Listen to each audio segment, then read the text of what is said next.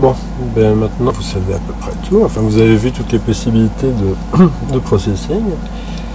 Ouais, je m'amuse grâce à Processing à mettre ma tête sur la vidéo, mais je vais fermer parce que je vais vous montrer la page qui est derrière. Donc à part ça, Processing, qu'est-ce qu'on peut en faire? On peut en tirer des applications pour Mac, pour PC, pour Linux, des applications, c'est-à-dire des programmes qui pourront se lancer de manière complètement autonome sur la machine, comme un jeu ou comme un logiciel quelconque que vous achetez ou que vous téléchargez.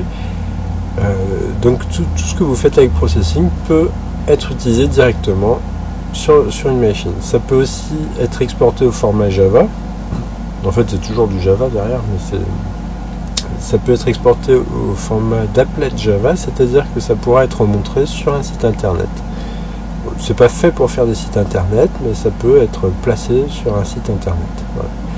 Il y a par exemple un site qui s'appelle openprocessing.org, qui est une espèce de dépôt d'animation faite avec Processing, qui fonctionne à la manière de Flickr pour les images par exemple.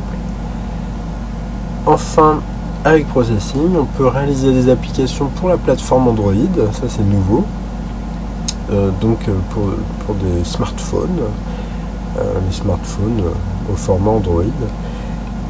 Et puis on ne peut pas encore en faire pour iPhone, on ne pourra sans doute jamais, pour des tas de raisons. Mais on peut exporter quand même au format HTML5 JavaScript qui lui fonctionne sur iPhone. Mais on ne profite pas avec ça de toutes les possibilités de l'iPhone. Alors qu'avec l'export Android, on profite des possibilités de l'Android comme l'accéléromètre, le GPS, la caméra embarquée, etc. Voilà, tout ça peut fonctionner, peut être employé avec Processing. On peut aussi exporter des images, on peut exporter des vidéos grâce à la librairie vidéo, on peut produire du son, voilà, on peut faire finalement beaucoup de choses. On peut même produire des PDF vectoriels, ce que j'ai fait tout à l'heure, par exemple, tout méthode d'ellipse ou autre, ça pourrait être un fichier vectoriel qui pourrait être imprimé à une résolution immense sans aucun problème. Alors, mon image va disparaître, je vais faire apparaître la fenêtre qui est devant. Donc, Processing, ça se télécharge sur le site processing.org. Voilà donc le site processing.org.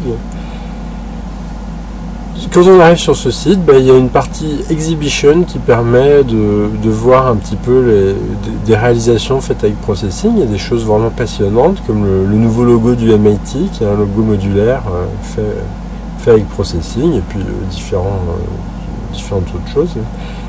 Et puis il y a une section ici de Download, donc téléchargement.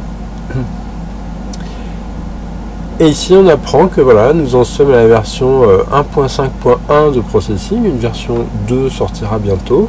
Elle aura tout un tas d'intérêts, mais assez peu de nouveautés dans le langage. Le langage de Processing est très très stable dans le temps. Processing a 10 ans, et son langage ne change quasiment pas. Il y a des choses qui s'ajoutent, mais de manière très réfléchie. C'est pas un langage qu'on doit réapprendre régulièrement, comme ActionScript dans Flash par exemple, qui a déjà eu 3 changements majeurs, enfin complets. Et où à chaque fois tout ce qui avait été appris a dû être jeté à la poubelle, et c'est ce qui m'a découragé un jour de Flash d'ailleurs. Voilà. Donc vous pouvez le télécharger pour Linux, pour macOS 10, pour Windows. Voilà. Pour Linux, ça concerne assez peu de gens, et ceux-là sauront se débrouiller de toute façon. Pour macOS 10, eh bien, ma foi, c'est assez simple, et qu'une chose à télécharger, et une fois qu'on l'a ouverte, il faut mettre le fichier dans le dossier application du Mac. Et c'est prêt à l'emploi, on peut commencer à travailler, il n'y a plus qu'à double-cliquer sur l'icône, et Processing s'ouvre, on peut commencer à coder. Il y a 2 versions Windows, une Windows normale, une Windows sans Java. En fait, c'est Windows avec Java ou Windows sans Java. Disons qu'il y a une partie de l'environnement Java qui vient avec et dont on peut avoir besoin. Si vous ne savez pas ce que c'est, en général, il vaut mieux télécharger Windows et pas Windows sans Java. De toute façon, on ne peut pas faire de bêtises. Tout ce qui peut arriver, c'est que Windows sans Java n'arrive pas à se lancer si on n'a pas ce qu'il faut sur sa machine. Donc par sécurité, on télécharge le plus gros fichier qui est Windows. Là aussi, une fois téléchargé, ma foi, on l'installe sur la machine. Il n'y a pas d'installeur comme beaucoup de logiciels, c'est juste un script. En fait, on le pose, on pose le dossier processing dans son dossier d'application ou n'importe où. Ça peut être sur le bureau, d'ailleurs, ça marchera aussi. Voilà. Et là aussi, il n'y a plus qu'à lancer et ça marche. Donc, vous voyez, c'est finalement assez simple tout ça. Voilà.